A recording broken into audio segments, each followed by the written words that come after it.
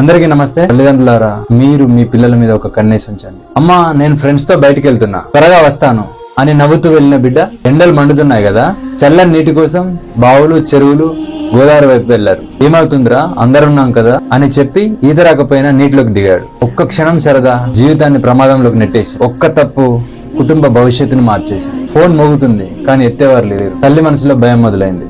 ఒక వార్త వారి ప్రపంచాన్ని పూర్తిగా కూలిపోయేలా చేసింది. ఇప్పుడు ఆ తల్లిదండ్రులు బిడ్డ ఫోటో పట్టుకుని ఏడుస్తున్నారు. ఆ ఇంట్లో నవ్వులాగిపోయాయి. ఆ గదిలో నిశ్శబ్దం మాత్రమే మిగిలింది. మీరు వెళ్ళిన తర్వాత మీ వస్తువులు ఉంటాయి, మీ జ్ఞాపకాలు ఉంటాయి, కానీ మీరుండరు. కాకతీయ యూనివర్సిటీలో బీటెక్ 4th ఇయర్ చదువుతున్న అబ్బాయి స్విమ్మింగ్ కోసమని SRSP కాలువలోకి వెళ్లి చనిపోయాడు.